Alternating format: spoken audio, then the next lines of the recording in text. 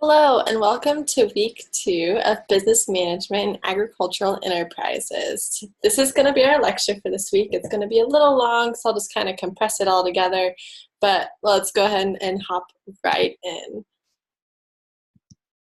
Okay, so the first week, let's take a step back. We went ahead and had our course introduction. You were supposed to put in your email that I'm going to be using for Zoom contact. We also had a lesson on idea generation, and then we went over the first section of the business plan. You should have already submitted your idea statements. That was due on the 24th, Friday, but the section 1 of the business plan is due on the 31st. Again, I had different lectures under each of these different tabs. This week it's all going to be under one tab, just make it simpler, I guess. Let's see. Okay, yeah, section 1. If you have any questions on that, please let me know. I will get back to you as soon as possible to clear anything up, and I will be grading your idea statements as soon as possible as well. Get you some feedback on those. So, this week for section 2, according to our syllabus, we're going to be talking about business model canvas, market analysis, and SWOT analysis. So, again, quite a few things. But keep in mind, this is only a 10-week course, so we front-loaded it so that you can get all the work done before your other classes get busy. So if we look under the business model canvas part of this lesson, we'll find the PowerPoint slides to the lecture I'm about to give, the link to the lecture, which will be right above it, and then the business model canvas graphic. But first, let's go into the actual PowerPoint slides for our business model canvas. Okay. Let me just switch over screens. Perfect. So the business model canvas is a new method for business model generation. It's going to give you the opportunity to kind of flesh out your business idea, really break it down into the different aspects, and figure out if it's possible, if it works or not. So business model definition. It's a description of the rationale of how an organization creates, delivers, and captures value. The business model facilitates description and discussion. That's both within your own head when you're brainstorming all these things and when you go out and talk to other people about your business idea through this canvas. And this canvas includes 9 basic building blocks that show the logic of how a company intends to make money. So we're going to go into the 9 basic building blocks next. These are produced on the business model canvas layout right here. So 4, 4, 9. The first one we're going to talk about is customer segments. You'll find this clear on the right side of the canvas. Under this section, you're going to list the different groups of people or organizations an enterprise aims to reach and serve. So whether your business has multiple customer segments or just one, go ahead and list all those out and be descriptive about it, okay? We'll work together on kind of describing those clearer as we go, but just flesh them all out for me as well as you can first. These customer segments could describe geographic, social, and demographic factors. So again, be specific with these, okay? Then the next section we're going to talk about is value proposition. So what problem are you solving for customers? What are the needs you're providing? What need are you providing customers? And what can you create that people want? What are the benefits your product or service has for these customers? Each value proposition could have be linked to a different customer segment. So they don't all have to be similar. So if you're growing mealworms, for example, you could be marketing to fish people, reptile people, chicken people. These 3 people might not have the same value proposition that they're after. You're not going to solve the same need for each of them.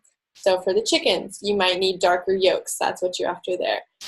For fish, you might want a quicker growth response so you can get them on different type of feed sooner. Again, each value proposition could be unique to each customer segment.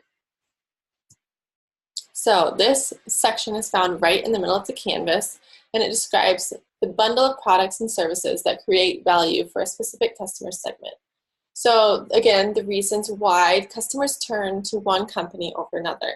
I listed quite a few different things you could kind of start brainstorming with. Maybe these apply to your business, maybe they don't.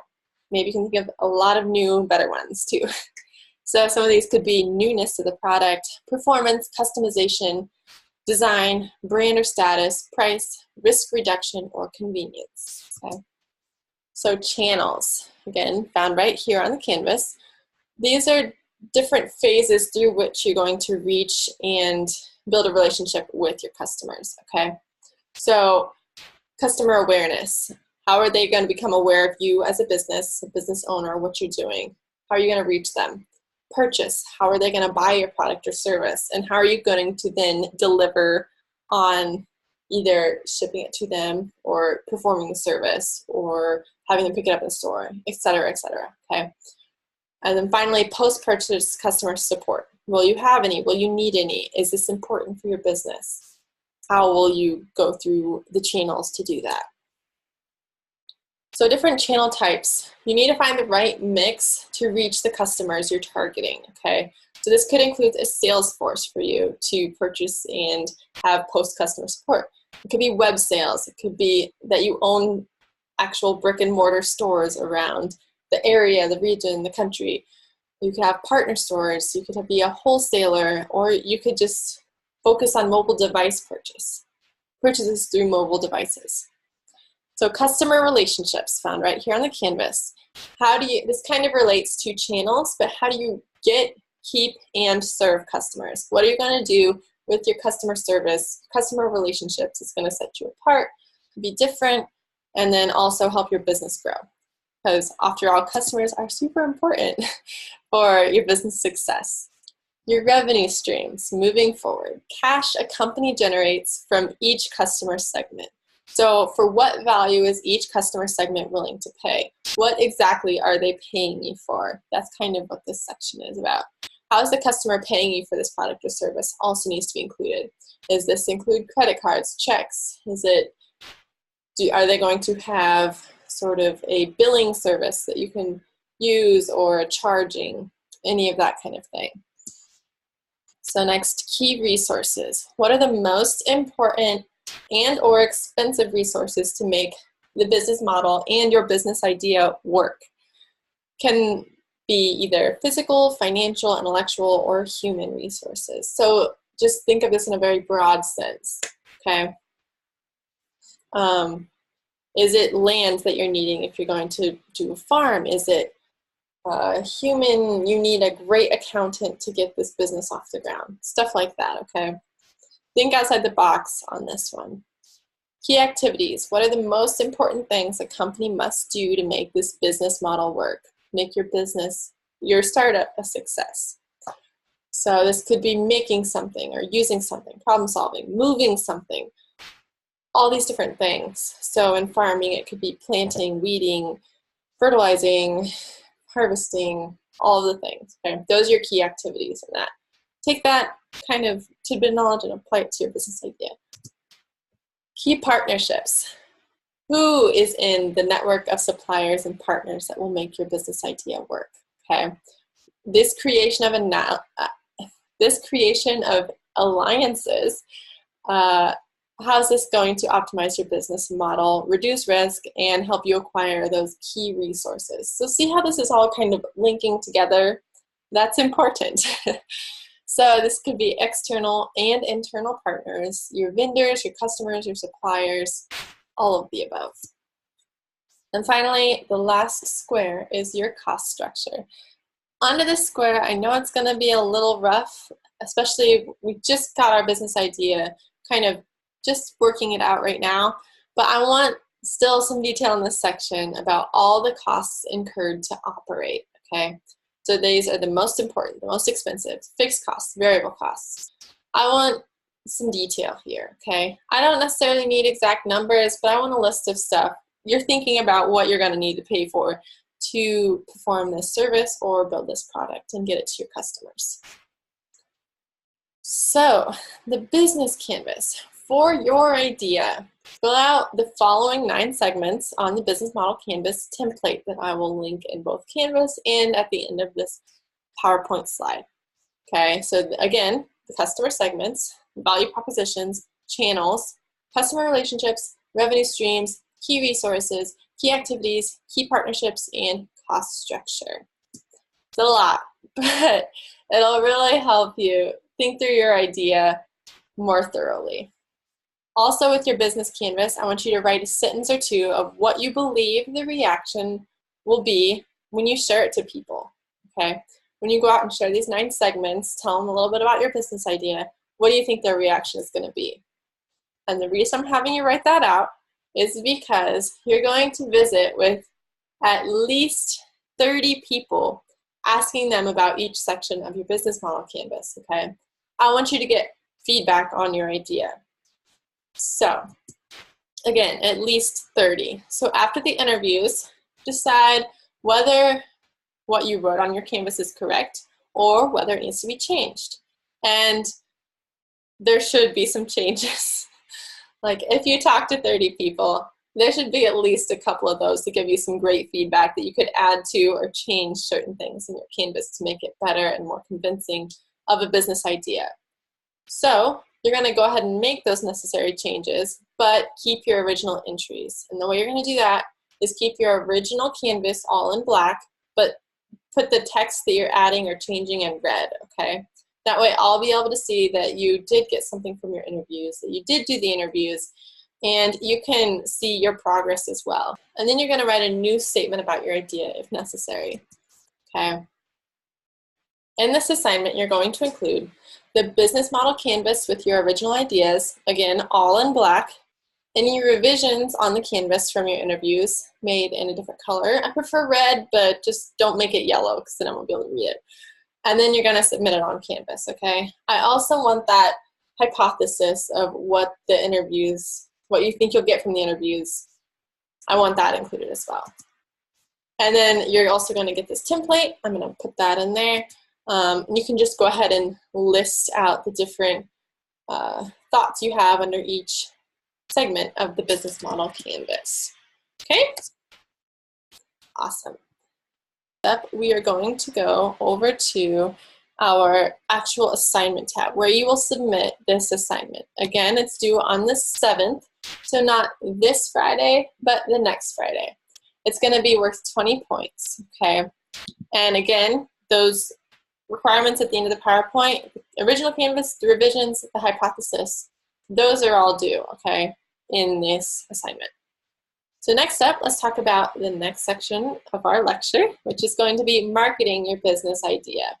Again, under this module, we have the PowerPoint slides, and then our next section is SWOT analysis, and then a great example of all 3 of these different things. So the Canvas, the market analysis, and the SWOT example are all going to be here just for you to refer to before you come with any questions to me, okay? This might help you understand it a little better before you go on and ask questions, and I am more than happy to answer questions. I just want you to learn as well on your own, okay?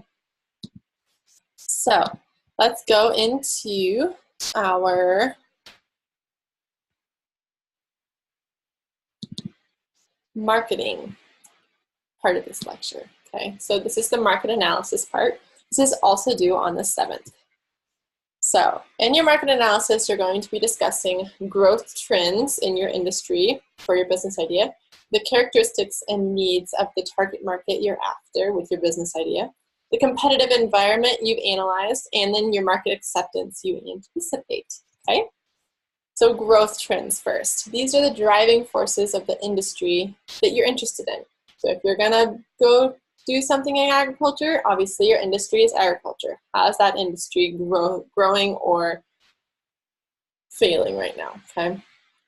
What factors make this industry important as a product or service?